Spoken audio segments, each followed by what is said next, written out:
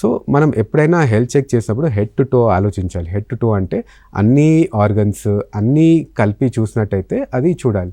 So first మన regular blood టెస్ట్‌లో ఏవైతే జరుగుతాయో మన బ్లడ్ లెవెల్స్ ఎట్లా ఉన్నాయి, అది కాకుండా kidney, liver functions, heart function, ఇవన్నీ బ్లడ్ టెస్ట్‌లో జరిగేటివి. అవి సిబిపి కానివ్వండి, kidney liver function test, cholesterols, sugars, దాని తర్వాత మన 3 మంత్ యావరేజ్ షుగర్స్, దాని తర్వాత విటమిన్ డి, మన vitamin levels, iron, ferritin levels, CRP levels, మన బాడీలో ఇన్ఫ్లమేషన్ ఎట్లా ఉందో చెక్ చేయడానికి ఈఎస్ఆర్ కానీ సిఆర్పి లెవెల్స్ మనం చెక్ చేస్తాం. సో అవి మనం రొటీన్గా చేసే టెస్ట్. అవి కాకుండా స్పెసిఫిక్గా మనం 40 years వచ్చినప్పుడు పర్టికులర్లీ ఇవన్నీ టెస్ట్ చేసే కంటే ముందు కూడా మనం చెక్ చేయాల్సింది మన హైట్, మన వెయిట్, మన బిఎంఐ. అవి చెక్ చేసినట్టయితే మన ఈజీగా మన బిఎంఐ ఒకవేళ 25+ ఉంటే మనం ఓవర్ వెయిట్ కేటగిరీలో ఉంటాం. మనం 30+ ఉంటే ఒబిసిటీ కేటగిరీ 1లో ఉంటాం.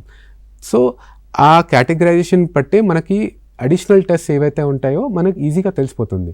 సో మనం ఒక అడిషనల్ టెస్ట్ అంటే ఇప్పుడు మనం హార్ట్ రిలేటెడ్ మనం ఈసీజీ చేస్తాం.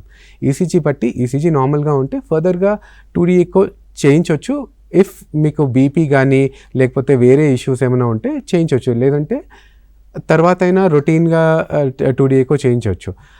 అది కాకుండా మన ఇంపార్టెంట్గా చేయాల్సింది ఈ మధ్య కాలంలో అందరికీ అవగాహన వచ్చింది మన ఫ్యాటీ లివర్ గురించి. ఎందుకంటే మన ఫ్యాటీ లివర్ గురించి మనం అల్ట్రాసౌండ్ చేస్తే మన లివర్ సైజ్ ఎట్లా ఉంది, ఆ లివర్లో మన ఫ్యాట్ డిపాజిషన్ ఏమైనా జరుగుతుందా, as a screening tool fatty liver కోసం అల్ట్రాసౌండ్ ఈజ్ వెరీ ఇంపార్టెంట్.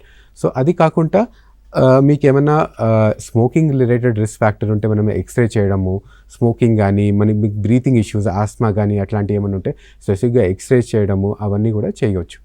అది కాకుండా నెక్స్ట్ మీరు చెప్పినట్టు స్పెసిఫిక్గా మేల్స్ ఫీమేల్స్లో ఏమైనా చెక్ చేయవచ్చు అంటే ఫీమేల్స్లో డెఫినెట్లీ ఈ ఏజ్లో ఎట్ ద ఏజ్ ఆఫ్ 40 మీరు డెఫినెట్గా అల్ట్రాసౌండ్లో మీకు డెఫినెట్గా మన యూట్రస్ గురించి ఇన్ఫర్మేషన్ తెలుస్తుంది. ఫైబ్రాయిడ్స్ కానీ, ఎండోమెట్రియల్ థిక్నెస్ కానీ, అలానే ఓవరీస్ మార్ఫాలజీ ఎట్లా ఉంది, ఏమైనా సిస్ట్స్ ఉన్నాయా దాని గురించి తెలుస్తుంది.